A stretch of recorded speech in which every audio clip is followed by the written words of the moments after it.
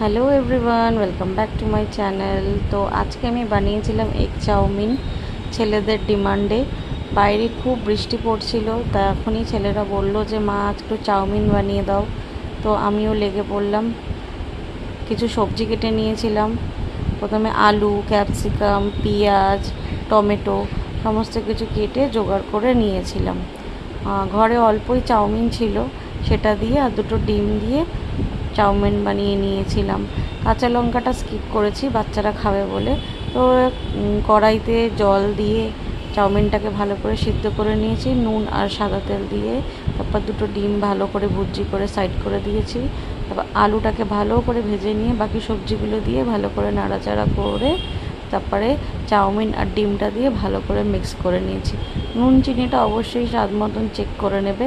কেমন হয়েছে অবশ্যই জানিও। Thanks for watching, follow for more.